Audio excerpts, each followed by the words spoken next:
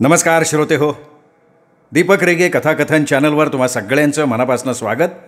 श्रोते हो, आज तुम्ही ऐकणार आहात पद्मिनी मोरे यांची कथा आईची माया.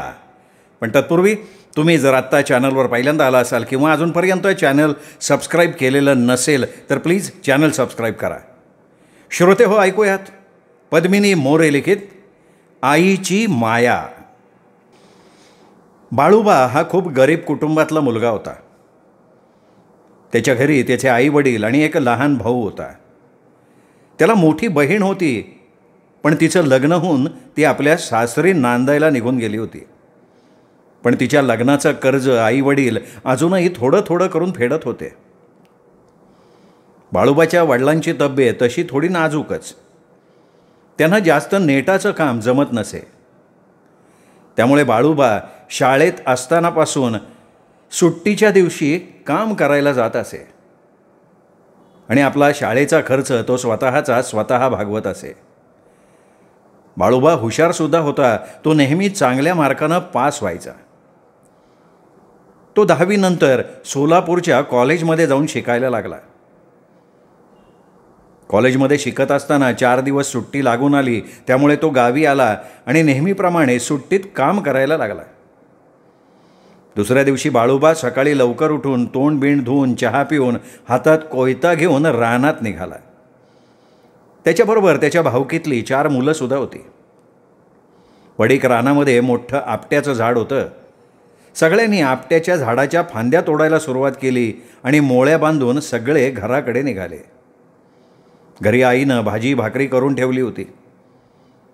बाळूनं पोटभर जेवण केलं, थोडा वेळ विश्रांती घेतली आणि मग सगळेजण आपट्याच्या मोळ्या घेऊन सोलापूरला जायला निघाले मिळेल त्या वाहनानं. बराच वेळ रस्त्यावर थांबून राहिले, पण जाण्याचा प्रश्न काही सुटेना. एकदाचा सोलापूरच्या दिशेनं जाणारा एक टेम्पो त्यांना मिळाला आणि सोलापूरला जायचा त्यांचा प्रश्न सुटला. त्यांच्यातला मारुती नावाचा मुलगा पहिल्यांदाच आपट्याची मोळी घेऊन आला होता. त्याला तर लय भारी वाटत होतं. गावाबाहेर तो पहिल्यांदा जात होता. त्यामुळे ते हायवेचे डांबरी काळेभोर रस्ते, त्यावरून धावणाऱ्या गाड्या, मधूनच एखादा ट्रक मागून येऊन वेगानं पुढे जात असे. मारुती शांतपणे बसून त्या प्रवासाचा आनंद घेत होता. त्यामुळे त्याच्या सकाळच्या कामाचा शीण कुठल्या कुठे निघून गेला होता. ते सगळे चालले होते सोलापूरला, पण मारुतीला आपण कुठेतरी स्वित्झर्लंड किंवा अमेरिकेला चालल्यासारखं वाटत होतं. तो अगदी हवालदिल होऊन भांबावल्या चेहऱ्याने धावत्या गाड्या बघत होता. मधूनच बाळूबाला प्रश्न विचारून हैराण करत होता. तो म्हणत होता, बाळूबा दादा, कसं काय आपलं गाव, आपलं घर आणि आपली माणसं सोडून एवढ्या लांब राहतो रे तू? तुला करमतं तरी कसं? मला बघ, माझ्या आईची लय आठवण यायला लागली आता. असं वाटतंय का आपण कुठल्या तरी लांबच्या देशाला चाललोय. तर मध्येच गोपा म्हणाला, ग बस रे, तुझ्या वाणी काय शाळा सोडून घरी बसावं का त्यांनी? मग बाळूबानी त्याला विचारलं, की अरे पण तू शाळा का सोडली बाबा? मारुती म्हणाला, नाही बा, ते शाळेचं ना आपलं काही जमतच नाही. त्याचं असं का सकाळची शाळा भरायची ना, तेव्हा मला करमायचं. शाळेत सगळीकडं कसं गजबजलेलं वातावरण असायचं ना. मग नंतर दुपारी शाळा भरायची. शिळोप्यानं घंटा सगळीकडं ऐकायला जायची. सगळी माणसं रानामाळात गेलेली असायची. गाव निक वस पाडल्यागत. अख्ख्या गावात कुत्रंसुद्धा दिसत नसायचं. नुसतं बाकास वारं. आणि त्याच्यात काय, त्या शाळेमध्ये गणिताचा आणि इंग्रजीचा तास. मला तर काय डोंबलं बी कळत नव्हतं. मग काय, अरे गुरुची छडी घेऊन आमच्या रांगेतनं फिरायचे ना. आणि तसं सांगतो तुला, गुरुजी आहेत ना, पोरीसनी मारत नव्हतं, पण पोरांना लय बदलून काढायचं. मग काय, म्या मनाशी पक्क ठरवलं. म्हणलं आपण जेवढं शिकलो तेवढं बास. आणि मग शाळेला रामरामच ठोकला. घरी आई बाला लय सांगितलं. म्हणलं मी तुमच्याबरोबर शेतात काम करेन, पण म्हणलं माझ्याच्यानी शाळा शिकणं होणार नाही. पहिलं आई बाबी माझं काय ऐकायला तयार नव्हती.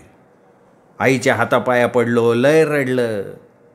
मग काय, माझं चेलीन तर बघून त्याने बी हात टेकलं. हे सगळं ऐकून बाळोबा म्हणाला, अरे तुझं सगळं खरं आहे, पण तू शाळा सोडली ना हे मला काय आवडलं नाही.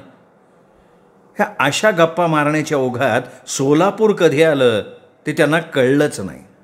हळूहळू दिवस मावळतीला गेला आणि बघता बघता लाईट्सनी गच्च भरलेलं सोलापूर डोळ्यांच्या समोर चमकायला लागलं. गाडी स्टँडवर आली. बाळोबानी आणि त्याच्या मित्रांनी आपट्याच्या मोळ्या खाली उतरवून घेतल्या. थोडा वेळ थांबून त्यांनी सगळ्यांनी मिळून चटणी भाकरी गुंडाळून आणली होती ती तिथे बसून खाल्ली आणि सगळेजण स्टँडवरच झोपी गेले. सकाळी लवकर उठले, आवराआवर केली आणि भाजी मार्केटमध्ये गेले. मार्केट चालू झालं होतं. उद्या दसरा असल्यामुळे सोनं घेण्यासाठी आज मार्केटमध्ये गर्दी झाली होती. बघता बघता सगळेजण सोने म्हणजे ती आपट्याची पानं विकून मोकळे झाले. सगळेजण आता गावाकडे जाण्यासाठी एस.टी. स्टँडवर पोचले. इतक्यात बाळूबाचा कॉलेजमधला मित्र त्याला भेटला. तो मित्र त्याच्याशी बोलत असताना त्यांच्या गावची गाडी लागली. बाळूबाचे सगळे मित्र गाडीत बसले. बाळूबानं मित्रांना तुम्ही पुढे जा असं सांगून हात केला. ती एस.टी. निघून गेली. कॉलेजमधला बाळूबाचा मित्र त्याला सांगत होता की 12वीचा फॉर्म भरून घे, आज शेवटचा दिवस आहे. तो मित्र एवढं सांगून निघून गेला आणि बाळूबा कॉलेजच्या दिशेनं धावत सुटला. आपटा विकून आलेले सगळे पैसे 12वीचा फॉर्म भरण्यासाठी त्यांनी खर्च करून टाकले. बाळूबाजवळ आता एक पैसाही उरला नव्हता. पण त्याला खंत नव्हती, उलट वेळेत फॉर्म भरला हा त्याला आनंद झालेला होता. तो गावाकडे जाण्यासाठी एस.टी. स्टँडवर आला.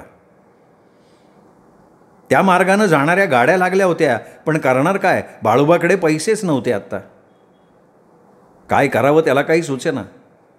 तो थोडा वेळ थांबला, बाकावर बसला आणि त्यांनी मनाशी निश्चय केला की आता गावापर्यंत पायी चालत जायचं. दुसरा पर्यायच नव्हता त्याच्यासमोर. 2-3 दिवस कॉलेजला सुट्टी होती, त्यामुळे गावाकडे परत जाण्याशिवाय पर्याय नव्हता. बाळूबानं गावचा रस्ता धरला. अन्न नाही, पाणी नाही, खिशात पैसा नाही. बाळबा फक्त चालत राहिला गावाच्या दिशेनं. बरंच अंतर पार केलं. चालून चालून बाळूबा अतिशय दमला. मग रस्त्याच्या कडेला एका शेतात मोटार चालू होती. त्यांनी पाणी पिलं. थोडा वेळ तिथे झाडाखाली थांबला आणि परत चालायला लागला. घर गाठायच्या ओढीनं बाळूबा भराभरा पावलं टाकत होता. तेवढ्यात त्याच्यावर एक संकट येऊन ठेपलं. त्याची चप्पलच तुटली. आता मात्र बाळूबा खूप घाबरला, रडकुंडीला आला अगदी. पण करणार काय, घरी तर गेलंच पाहिजे. मग अनवाणीत चालायला लागला. पण थोड्याच अंतरावर त्यांनी हार मानली आणि तो खाली बसला, कारण त्याचे पाय भयंकर पोळायला लागले होते. काय करावं बाळोबाला काही सुचेना. तेवढ्यात त्याला एक युक्ती सुचली. रस्त्याच्या कडेला असलेली नंदीश्वराच्या झाडाची पानं त्याने गवताच्या काड्यांनी स्वतःच्या पायाला बांधून घेतली आणि तुटकी चप्पल हातात घेऊन तो निघाला. आता जरा त्याला बरं वाटत होतं. पोटात आग पडली होती. बाळबा आता जेवणाच्या विचारात मग्न झाला. आईनं भाकरी कालवण करून ठेवलं असणार. घरी गेल्याबरोबर मस्तपैकी जेवायचं आणि भरपूर झोप काढायची. त्याच विचारांच्या तंद्रीत 30-35 किलोमीटर अंतर कधी पार केलं हे त्याच्यासुद्धा लक्षात आलं नाही. एकदाचं बाळोबानं गाव गाठलं. गावात येताच त्याला जग जिंकल्याचा आनंद झाला. घराला कुलूप होतं, पण बाळबाकडे घराची चावी होतीच. त्यांनी दार उघडलं. हातपाय तोंड धुवून आता जेवण करायचं म्हणून त्यांनी शिंक्यावरचं टोपलं खाली घेतलं, तर बघतोय तर टोपलं रिकामं. चुलीवरचं पातेलं बघितलं, तेही खरकटं पाणी घालून पडलेलं. भुकेनं व्याकुळ झालेला बाळूबा मटकन खालीच बसला. खाण्यासाठी घरात काहीही नव्हतं. पिठाच्या डब्यात चिमूटभर पीठसुद्धा नव्हतं. पण बाळोबा खूप समजूतदार मुलगा. कोणालाही कसलाही दोष न देता गोधडी अंथरून उपाशी पडून राहिला. त्याला आईवडिलांची खूप काळजी वाटत होती. आपल्या वडिलांना त्यांची तब्येत साथ देत नाही तरीही ते कुटुंबासाठी काहीतरी कष्ट करतात ह्याचं त्याला खूप वाईट वाटत होतं. हळूहळू दिवस मावळतीला गेला. दिवे लागणीच्या वेळेला आई वडील घरी परत आले. बाळूबाला झोपलेलं बघून काळजीपोटी दोघेही विचारायला लागले, का रे बाळा, इदुळा का झोपला? बरं वाटत नाही का? तेव्हा बाळूबानं सगळी कर्म कहाणी सांगितली. त्याच्या आईच्या डोळ्यातनं घळाघळा पाणी व्हायला लागलं. ती मायेनं बाळूबाच्या अंगावरनं हात फिरवायला लागली. त्याचे पाय चेपायला लागली.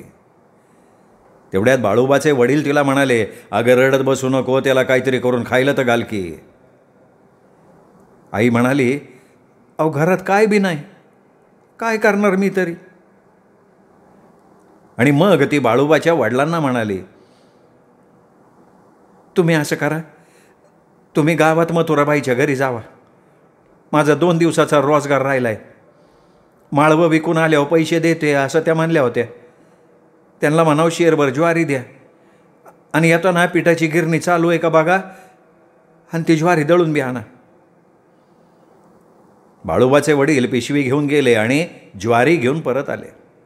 ते म्हणाले, अगं लाईटीचा काहीतरी खोळंबा झाला आहे, गिरण बंद आहे, उद्या नाही तर परवा चालू होईन म्हणला त्यो. मला तर काय करावं कळेना. पण आता हातावर हात ठेवून बसायची वेळ नव्हती. तिचा बाळ उपाशी होता. ती माऊली लगेच उठली. सुपात ज्वारी घेतली, फाड फाड पाखडली. मग बरेच दिवस धूळ खात पडलेलं जातं तिने झटकलं, झाडलं, स्वच्छ केलं आणि ती ज्वारी त्या जात्यावर दळायला लागली. बाळूबाच्या वडिलांना म्हणाली, मी ज्वारी दळती तवर तुम्ही भाजी निवडा. तिने दिवसभर खुरपताना तांदूळशाच्या भाजीचे ठोंब ओटीत गोळा केलेले होते, भाकरीच्या फडक्यात बांधून ठेवले होते. मग तिने ती ज्वारी दळली. तिची ज्वारी पूर्णपणे दळून झाली. आता ती चुलीपुढे जाऊन बसली. भाजी आमटी करायचं काम उरलेलं होतं. थोड्याच वेळा तिचा स्वयंपाक तयार झाला. तोवर वडिलांनी दोन्ही मुलांना उठवलं. धाकटासुद्धा शाळेतनं येऊन बाहेर खेळून दमून भागून झोपलेला होता. बाळूबा आणि छोटा तोंड धुवून जेवण करायला लागले. पोटभर जेवले. तेव्हा कुठे त्याच्या आईला आणि वडिलांना खूप बरं वाटलं. ही असते आईची माया. श्रोते हो, सौभाग्यवती पद्मिनी बळीराम मोरे राहणार सोलापूर यांची ही लघुकथा तुम्हाला कशी वाटली हे कमेंटमध्ये जरूर कळवा. आईची माया ही अवर्णनीय असते हे नक्कीच. आणि हो, चॅनल सबस्क्राईब करायचं राहिलं असेल तर प्लीज चॅनल तेवढं सबस्क्राईब करा. पुन्हा भेटूयात अशाच वेगळ्या कथेसह. तोपर्यंत नमस्कार मित्रो.